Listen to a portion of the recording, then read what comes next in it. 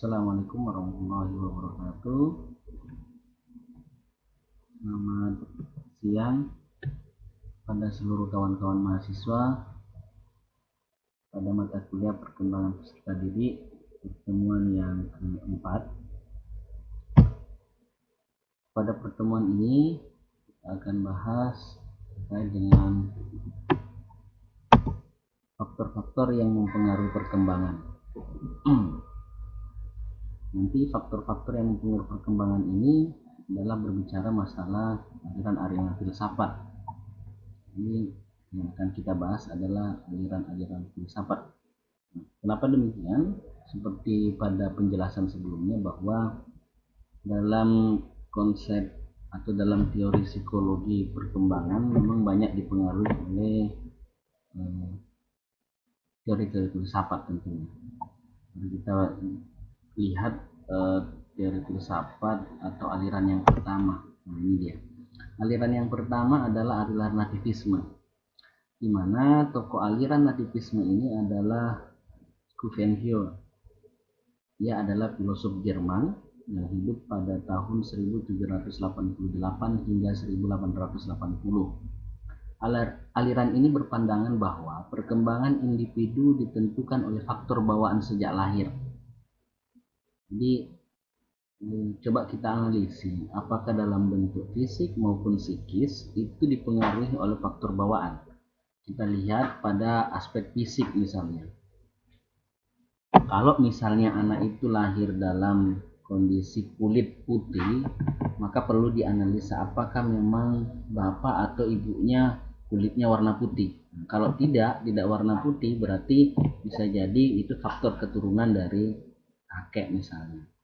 Jadi dan ini bisa dibuktikan. Artinya teori ini, aliran ini bisa dibuktikan ini secara fisik. Begitu pula dengan psikis gitu ya. Jadi kejiwaan. Nah, psikis ini ukurannya adalah misalnya saja pada aspek kognitif. Apakah aspek kognitif kedua orang tuanya itu memang secara perkembangan kognitif dinilai baik gitu. Jadi itu menurut nativisme bahwa perkembangan itu ya dipengaruhi oleh faktor bawaan sejak lahir. Jadi sama sekali tidak dipengaruhi oleh yang lain, berarti memang bawaannya anaknya pinter gitu. Aliran ini didukung pendapatnya oleh aliran naturalisme yang dibidangi oleh J.J. Rousseau yang berpendapat bahwa segala suci dari tangan Tuhan, rusaknya di tangan manusia. Jadi ketika seseorang lahir itu punya faktor bawaan, jadi sudah punya kemampuan bawaan yang kemudian manusia sendiri yang merusaknya kalau menurut aliran naturalisme. Di nativisme begitu ya.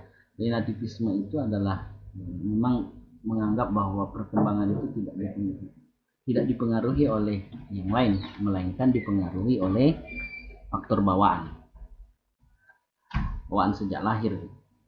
Oke, yang kedua kita akan bandingkan dengan yang kedua. Ini aliran empirisme.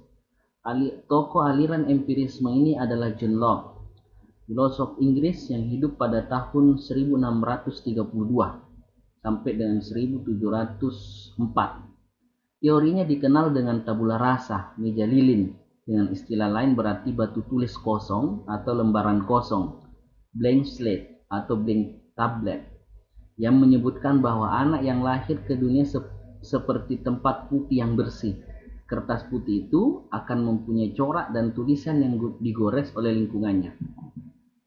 Jadi teori empirisme mengatakan bahwa semua anak yang lahir itu dalam kondisi bersih gitu ya, dan lingkunganlah yang akan membentuk seseorang gitu ya. Lingkunganlah yang akan membuat seseorang menjadi berwarna. Dan ini teori tabula rasa ini jika dikaitkan atau kita sandingkan atau menjadi sebuah dukungan teori ini, itu dimana dalam konteks pendidikan Islam itu kan dikatakan bahwa kullu mauludin yuladu alal fitrah, setiap anak lahir dalam kondisi suci bersih. Fa'abawahu, maka kedua orang tuanya yuhawwidani, menjadikan dia yuhawidani au yunassirani, menjadikan dia Yahudi, Nasrani, au yumajjisani, dan majusi gitu ya.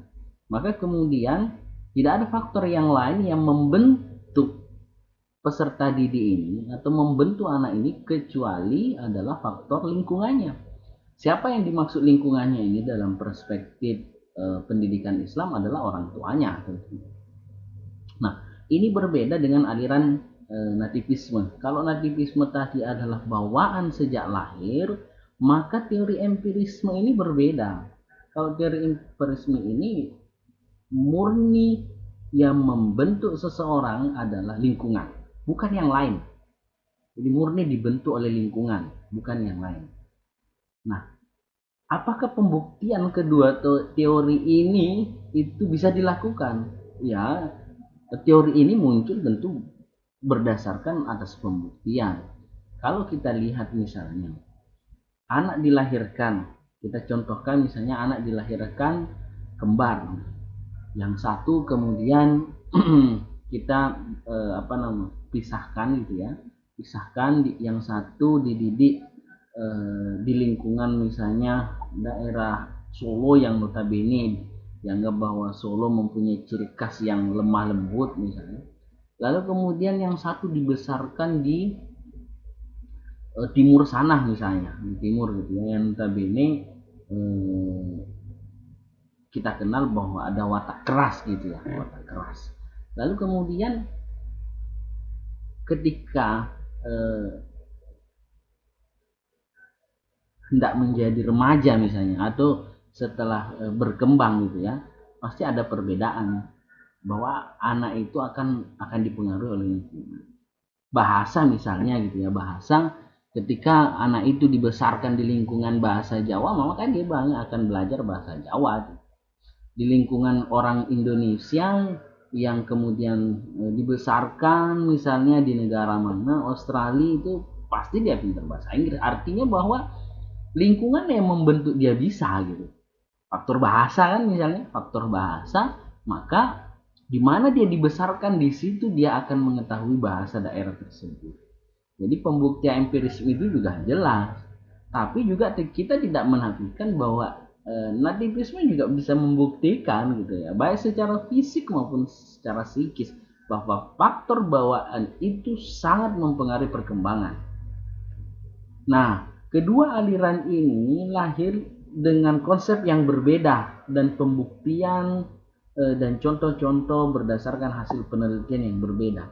Maka kemudian muncul aliran yang ketiga. Aliran yang ketiga ini ialah aliran konvergensi, di mana tokoh aliran konvergensi ini adalah William Stem. Ia seorang tokoh pendidikan Jerman yang hidup tahun 1870 sampai 1939. Aliran konvergensi ini merupakan kompromi dan kombinasi dari aliran nativisme dan empirisme. Aliran ini berpendapat bahwa anak lahir di dunia itu telah memiliki bakat baik dan buruk, sedangkan perkembangan anak selanjutnya akan dipengaruhi oleh lingkungannya. Nah, inilah yang kemudian memberikan satu solusi terhadap teori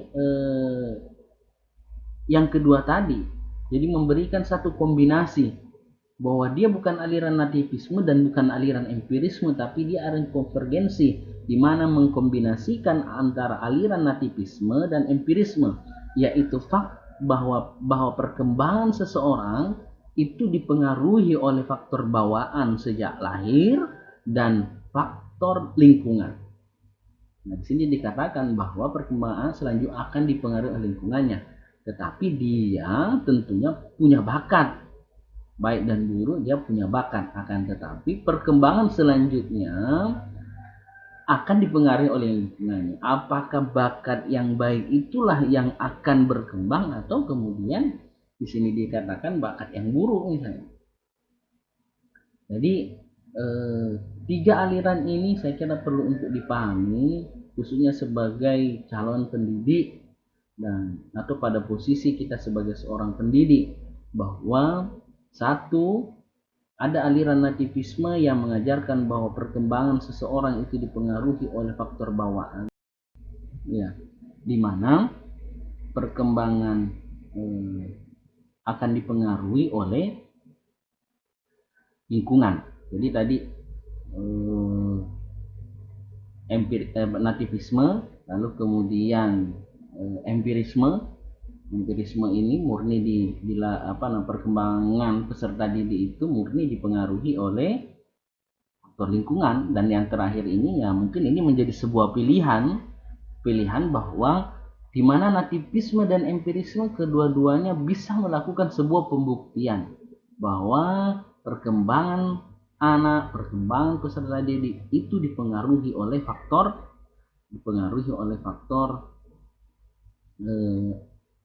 bawaan sejak lahir atau bahkan lalu kemudian dipengaruhi oleh faktor lingkungan.